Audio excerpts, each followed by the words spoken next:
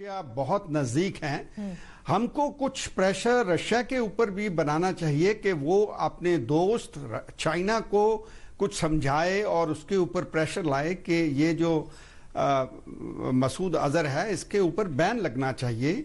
और क्योंकि हमें तो वो सुनेगा नहीं, ये तो एक बात बिल्कुल साफ हो जाती है। पिछले 10 साल से उसका यही रवैया रहा है और हमें एक नई सोच के साथ चलना पड़ेगा। और दूसरी बात यह है कि मेरा जो ये मानना है कि अगर हम उसको एलिमिनेट करते हैं, जैसे पहले बात चल रही थी कोई एयर रेड के अंदर जैसे कोई सर्जिकल कॉवर्ट ऑपरेशन करके, तो उसकी फाइल अपने आप बंद हो जाती है। तो ये क्योंकि पहले अभी थोड़ी देर पहले खबरें आई थी कि वो गुजर चुका है, मर चुका है, तो वो जो रेजोल्यूशन जो 1260 पास किया हुआ है जिसके अंदर ये 3-4 बातें आ जाती हैं कि एक तो इनके सब हथियार देना इनको बंद हो जाता है, इनके एसेट्स सब फ्रीज हो जाते हैं, इनका ट्रैवल अब्रॉड करना जो है वो बैन होता है। और ये चीजें जो है ये तो इनको बहुत जिसे कहते हैं कम असर डालती है इनके ऊपर। इनके ऊपर प्रेशर जो है वो तो अगर पाकिस्तान चाहे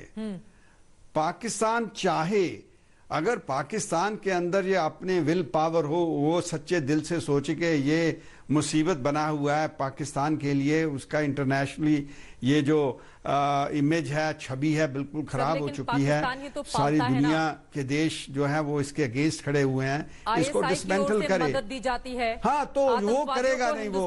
और चाइना जो है मैं तो अपने अलग हित हैं, पाकिस्तान क्यों खड़ा होगा हमारे साथ? और हैरानी तो तब होती है ना, इमरान खान एक तरफ दोस्ती का हवाला देते हैं, बातचीत की मेज पर बुलाते हैं, दूसरी तरफ F-16 भेजकर हिंदुस्तान में अवस्थित। और आज की ही खबर है कि फिर से पाकिस्तान ने अपने कुछ जो वायुसेना के जो विमान थे उनको उड़ाए हैं, हिंदुस्तान के सरहद के भीतर ले आने की कोशिश की गई है। तो पाकिस्तान को तो कभी नहीं चाहेगा। फिलहाल जैनी जी मैं आपके पास आऊंगी, लेकिन जल्दी से यहाँ पे दर्शकों के लिए जो जानना जरूरी है उसके बारे में मैं जानकारी दे दूं। अगर मसूद अजहर को अंतर्राष्ट्रीय आतंकवादी घोषित कराने में हम कामयाब हो जाते तो उसके बाद क्या होता? उसकी संपत्ति जब्त हो जाती। संयुक्त राष्ट्र के नियमों के अनुसार मसूद अजहर की संस्था का धन, वित्तीय संपत्ति, आर्थिक संसाधनों को जब्त कर लिया जाता। उसकी यात्रा पर प्रतिबंध लगा दिया जाता। मसूद अजहर के किसी भी देश में आने जाने पर बैन लग जाता। पाकिस्तान में भी वो स्वतंत्र रूप से यात्रा नहीं कर सकता था। अगर अंतर्राष्ट्रीय आतंकवादी घोषित हो जाता तो उसके शस्त्र पर बैन लग जाता। संयुक्त राष्ट्र की प्रतिबंधित सूची में शामिल होते ही मसूद अजहर, उसके संगठन को हथियारों की खरीद फरोख्त, उसके पुर्जों, मटेरियल, तकनीकी की जानकारी पर बैन लग जाता। लेकिन ऐसा हुआ नहीं, क्योंकि चीन एक बार फिर से पाकिस्तान का हमदर्द, उसका दोस्त, आतंकवादी का आका बनकर सामने आया है और उसने हमारे साथ गलत किया है। ये वो देश है चाइना जो हिंदुस्तान में आकर हिंदी चीनी भाई भाई का राग अलापता है, लेकिन दूसरी तरफ जाकर पाकिस्तान का साथ देता है। एजेबी जैनी साहब, अब यही सवाल आपसे भी, इस चीन के साथ फिर कैसा सुलूक किया जाए?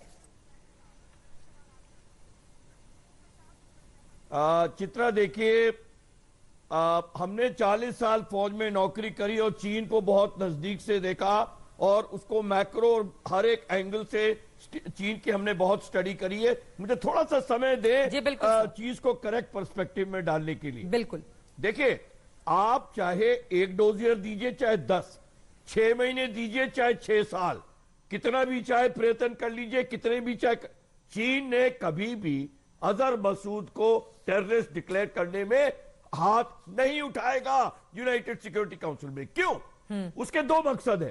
पहली बात तो हमारे नेशनल सिक्योरिटी पैराडाइम में चाइना इज एनिमी नंबर 1।